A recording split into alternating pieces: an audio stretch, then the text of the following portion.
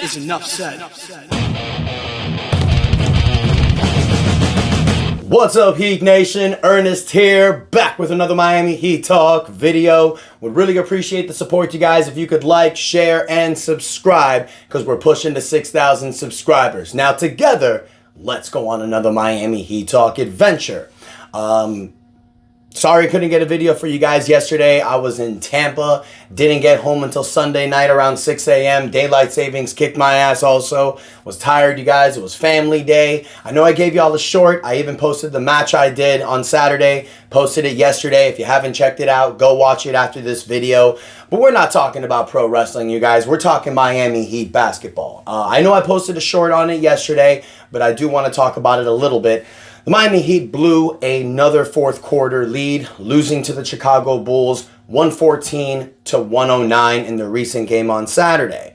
Now look, this is getting ridiculous. This is getting on a sense of out of hand that I have not seen in a while. The only season I can compare this season to is about 10 years ago, the 2014-2015 season, the year after Miami lost LeBron, where they were kind of going with it with Wade and Bosh as their leading guys. You picked up Luol Deng. You traded for Goran Dragic in the summer, but by the time you traded for Goran Dragic, Bosh went down with the blood clot.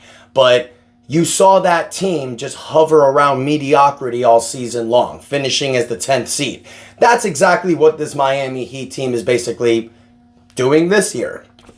With the loss, the Heat go 29-34.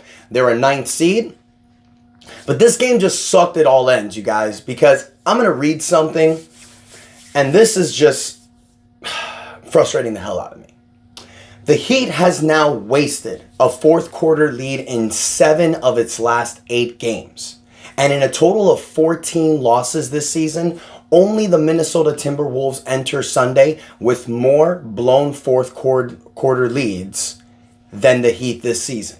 The Heat has also blown a double-digit lead in 16 losses this season, which is the second most such collapses in the NBA this season, behind only the Utah Jazz, who have 17 blown double-digit leads. Now, Utah's a tanking team. This Miami Heat team are a play-in team. But look at that, you guys. 16 blown losses this season where you've had double-digit leads. Every season, it's always something with this Miami Heat team. Whether it's injury the last few years during this Jimmy Butler era, last year with injury where you had about 36 different starting lineups, one of the most in the NBA. And this season, it's not a real injury situation. It's just the fact that you can't close out games. 16 games this season, the Miami Heat had double-digit leads. If you win at least half of those games, you're sitting in the top 6 seed. It is a mixture of so much stuff. Mistakes of coaching from Erik Spoelstra has been a huge part this season. Also, the fact that Tyler Herro is basically the only guy that the Miami Heat can give the ball to and say, help us win. Bam has had his moments, Andrew Wiggins has had his moments, but Tyler's been mainly the guy.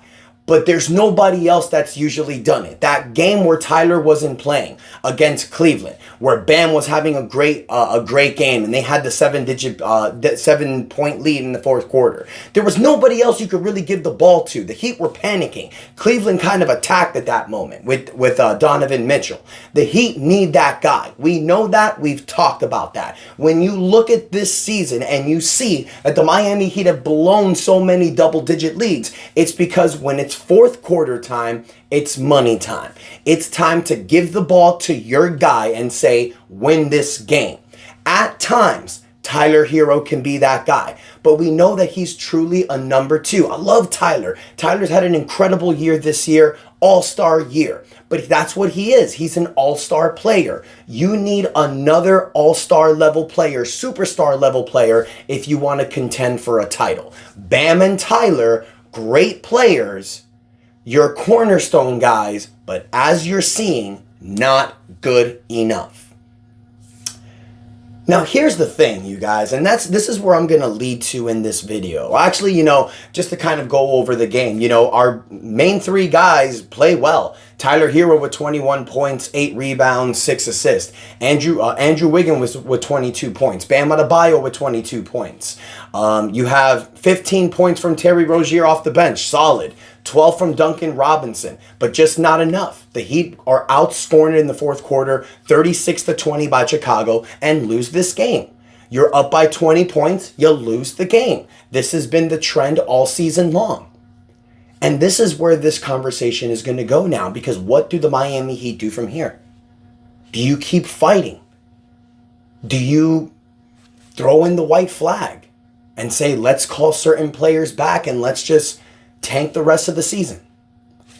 Here's the problem with that. Now, I talked about it in my short yesterday, but I'm going to give it a little full detail today. If you look where the Miami Heat's at in the standings, we're the 9th seed with a 29-34 record.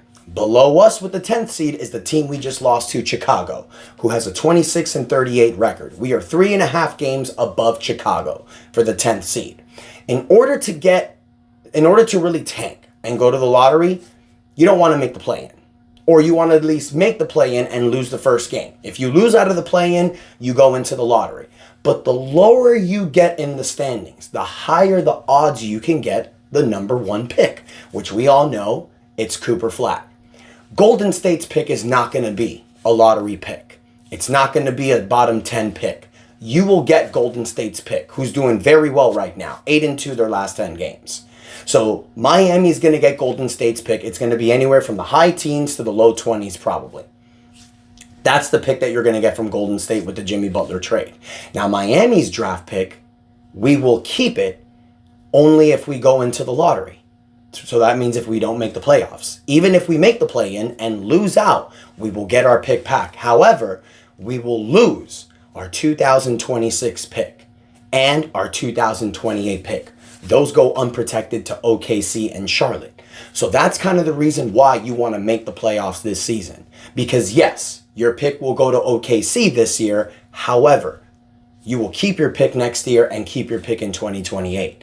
If your pick goes unprotected next year to OKC, no matter how we do next year, even if it's a terrible season, our pick goes to OKC because it's unprotected. And our 2028 pick goes unprotected to Charlotte. So it's all about perspective, you guys. Right now, the Miami Heat are 6.5 games above the 11th seed, Philadelphia 76ers. 6 games or 6.5, something like that. So that means Philly and Brooklyn, who are right below them, have to start winning a lot of games. And the Heat have to start losing a lot of games in order for the Heat to get out of the play-in. Or if they want to win themselves out of the play-in, they're 5 games below Detroit, who's been playing exceptionally well. So you need Detroit to go on a huge losing streak. Let's not forget Detroit holds the tiebreaker against Miami. So if they tie, Detroit gets that advantage. So the Heat have to go on this incredible winning streak, and Detroit have to go on this incredible losing streak, which chances are it's not going to happen. So for Heat fans that are calling for the Heat to tank, yeah, that sounds great. You can sit out Bam and Tyler and Kel'el Ware and some of these people for the rest of the year. Cool. But what are you really doing? At this point, you're stuck in purgatory. 2 things are going to happen. The Heat will make the play-in. We know that. But we need to know where. If they're at the 9th seed, they'll have 1 shot. If they lose that first game, they're out. They're in the lottery. But if they get the 7th or 8th seed, they'll have 2 shots. Because if they lose that first game, they'll play the winner. They'll play the loser between the 9th and the winner of the 9th and the 10th seed. Excuse me. They'll play the winner of the 9th and 10th seed if they lose out, and then the final game will be for the 8th seed. So it's all about perspective. Do you prefer the Miami Heat to not make the playoffs this season, have 2 potential first-round draft picks this year, but lose 2026 and 2028? Or make the playoffs? Keep those protections, because you'll still have Golden State's pick. And we've seen what the Miami Heat have done lately with first-round draft picks, especially in the teens, 20s area. So Heat Nation, let me know your thoughts in the comments. Don't forget to like, share, and subscribe. We're pushing to 6,000 subscribers. Thank you guys so much for the support. And until next time, your boy Ernest out, and that is enough said.